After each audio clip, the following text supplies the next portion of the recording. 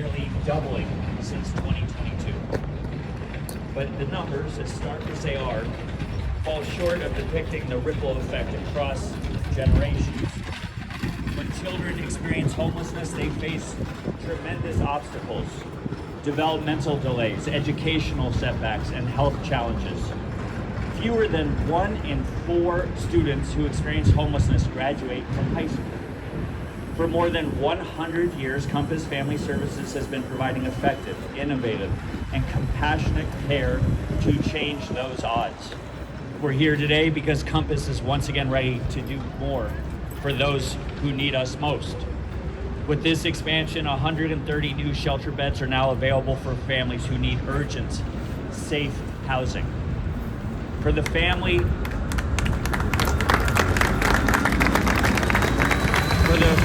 sleeping in their car, or the kid getting dressed in a gas station bathroom, every one of those beds is a chance to break the cycle of homelessness.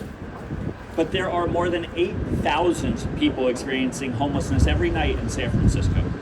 Half of them also report challenges with mental health and addiction. More than 1/3 are moving in and out of city systems without achieving stable housing. Because of these cycles of homelessness and addiction, enabled by cycles of government failure, 2 people are dying on our streets every day. Every single day. This new facility will make a real difference for San Francisco families. But I gotta tell you, as a city, our systems are failing. They are failing the person walking down the street in crisis, shouting at anyone walking by. And they are failing the person walking by who just wants to feel safe walking down the street.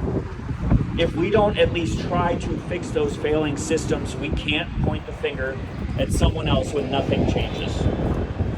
This morning, I signed an executive directive called Breaking the Cycle.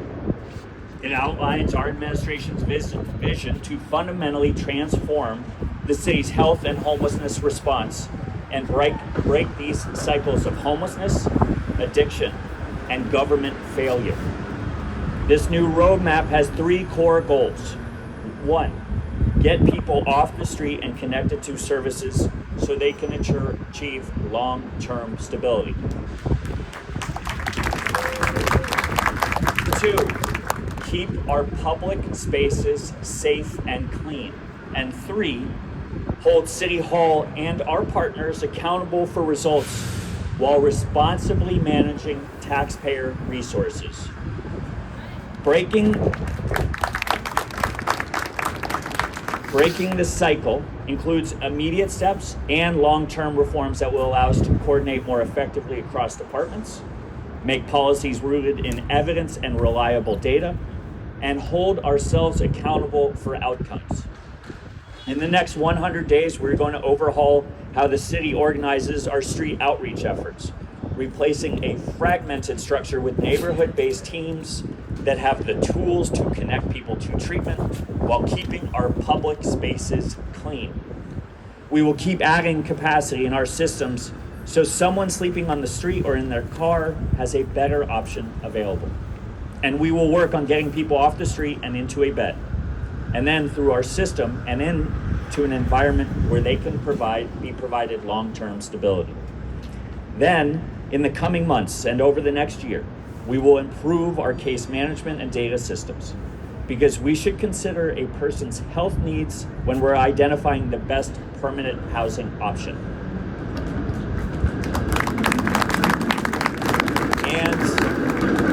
And we will take a hard look at our funding streams and our relationships with nonprofit providers to make sure we are getting the most from the $1 billion we spend on this crisis every single year.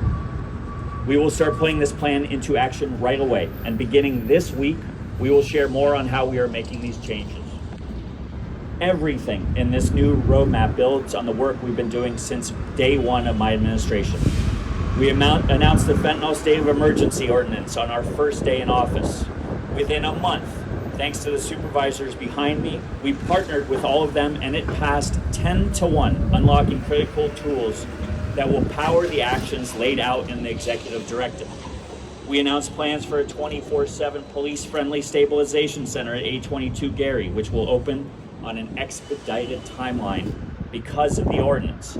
And earlier this month, we launched the Family Homelessness Prevention Pilot, funded by an $11 million investment from Tipping Point Community, which will keep families from becoming unhoused in the first place. We have continued to have productive conversations with national and local philanthropic partners about opportunities to collaborate on these structural changes. This work is key to just about everything else we want to achieve in San Francisco. Residents, workers, and visitors will not feel safe walking down the street if people are smoking fentanyl up the block. And our economy won't recover if we don't feel safe walking down the street. To deliver public safety and economic recovery, we must tackle the homelessness and behavioral health crisis. That's what we are all going to do together.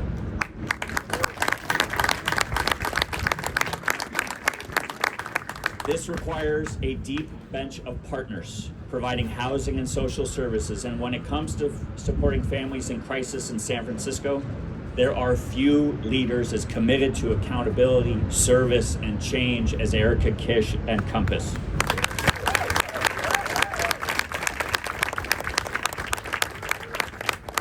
For 30 years, she probably doesn't want me saying the number, but for 30 years, Erica has been tirelessly showing up for families and fighting for every single opportunity that brings them closer to stability.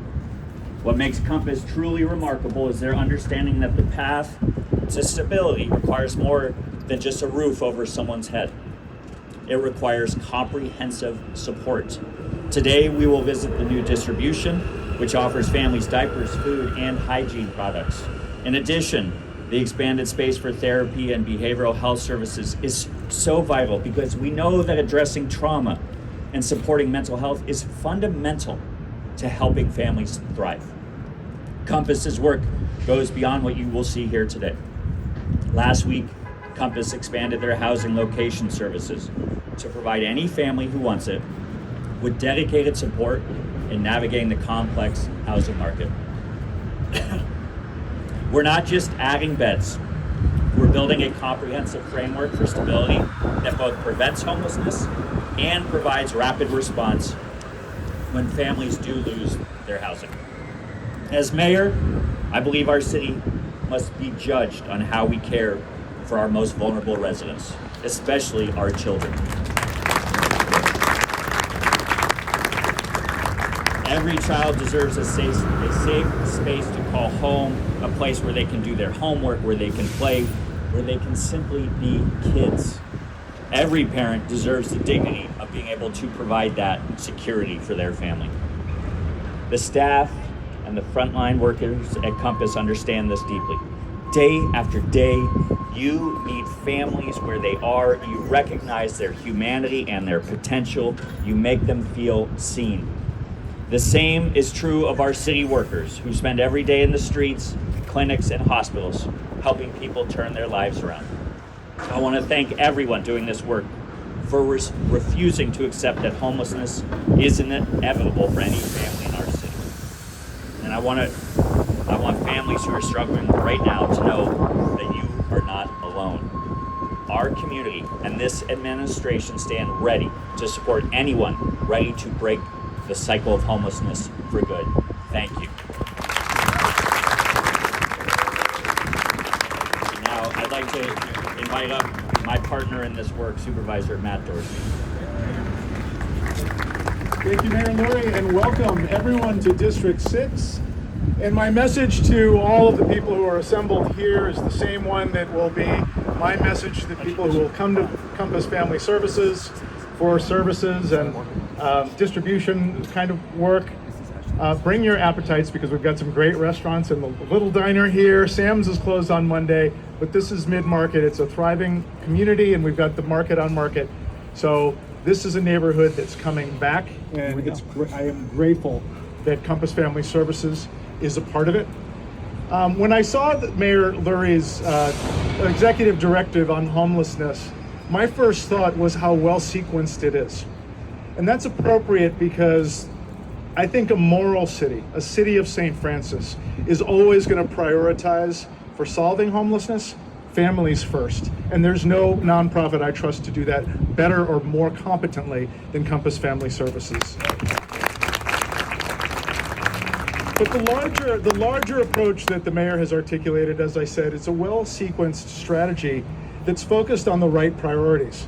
Getting people better, reclaiming the public realm, and reversing years of perverse incentives that have done more to exacerbate problems than solve them. This is also a bold approach. Make no mistake, Mayor Lurie's directive is taking aim at some sacred cows, including harm reduction and homeless spending, what we're prioritizing, that frankly deserve scrutiny, because these are approaches that need to be held to account for why they're not producing better outcomes. This is about real accountability. It's what San Francisco needs, and it has my full support. But I got to tell you, I think I'm mostly encouraged by what I have heard from the mayor and the mayor's team, because what they recognize is that this is a great playbook. But success or failure is going to be judged on how we run the plays. And there's really a spirit of solutions orientation that Mayor Lurie has brought into City Hall, and that my colleagues Joel Engardio, Stephen Sherrill, and Danny Sauter have brought as well.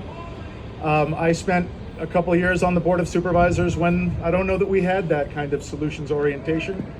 We've got it today, and that's going to make a difference. San Francisco is coming back, and I am so proud to be standing shoulder to shoulder with Mayor Lurie and my board colleagues on making sure that we're achieving the outcomes that we're going for. Thank you, Mayor.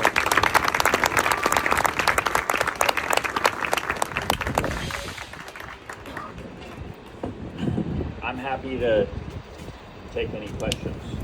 Folks, if you have questions, just raise your hands and we'll go over that. Mr. Mayor, first and foremost, I guess you mentioned that we're already spending $1 million on a lot of these services. Will your directive and all those extra initiatives be costing more, or is some of that going to be coming from the philanthropies you're seeking donations from?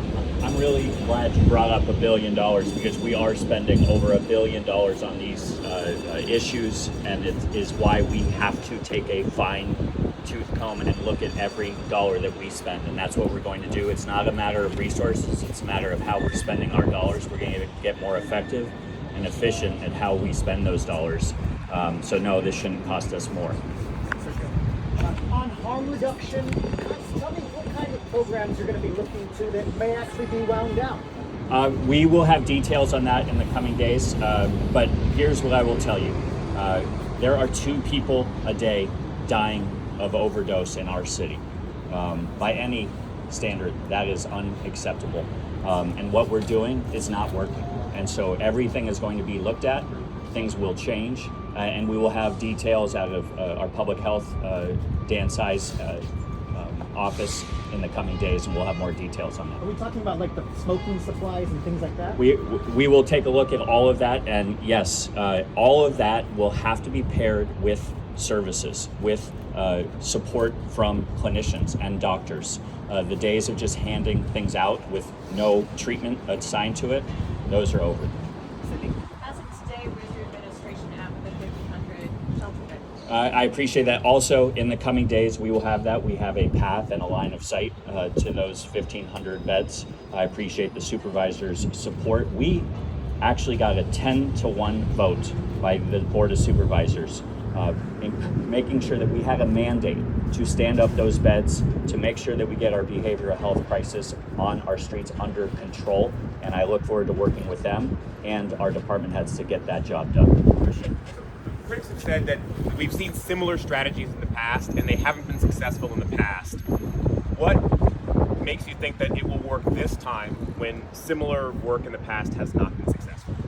Christian, I appreciate the question. It's a new day in San Francisco, and as Supervisor Matt Dorsey said, we are aligned. I mean, just look at the supervisors behind me, look at the 10-to-1 vote.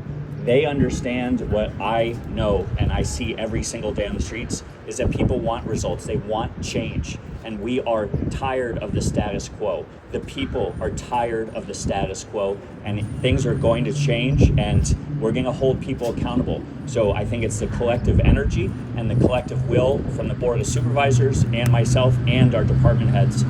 The people of San Francisco deserve results, and they're going to get them. Will there be a Don't want nonprofits handing out fentanyl smoking supplies at all anymore, or that you want those to be paired with treatment? They will be paired. They will be paired with services. The days of just handing things out and no accountability, those are over. Yeah, Mayor, a lot of what you've accomplished so far is laying the groundwork for future action, but something tangible thus far has been the drop-off center just down the road here. We're a month into the pilot now. How do you grade the city's efforts? Well, I would push you and say we have 822 Gary Street, the drop-off center starting in April. We just got the $11 million grant from Tipping Point to provide prevention services. Listen, we're 9 weeks into this. The fentanyl state of emergency ordinance was actually just signed into law a couple of weeks ago. So listen, I appreciate speed. But the mobile triage center, I think we're learning. It was meant to be a pilot. It is a pilot. I would say that when I talk to business owners on the street, they say during the day things are improved. They are not improved to the point where I am content or happy whatsoever. My expectations are sky high. We're not there yet, but things are better during the day. At night, we still have some problems, real problems, and so we're working to address that.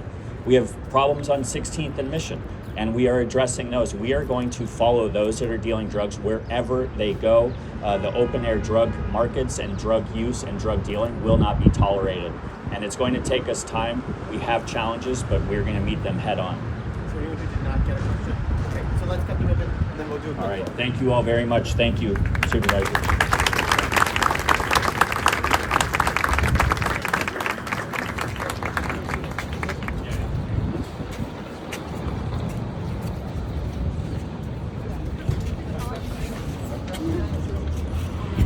Last time I did this, it was I'm getting my hands on Come on. pull it tight, pull it tight. I know. Are you all? 3. Wait. Okay, ready? 3, 2, 1. Can we get Compass staff and Compass board to come in here for the photo? Yes. If you're wearing a ribbon, come get on the photo. Get on in here. Yeah, we're gonna need to squeeze everybody in. Squeeze. You gotta come in. You gotta come in with like a row in front. There we go. Yeah. Only one of And can we get more people on this side? We got the symmetry of the arts going on here, you guys. There we go.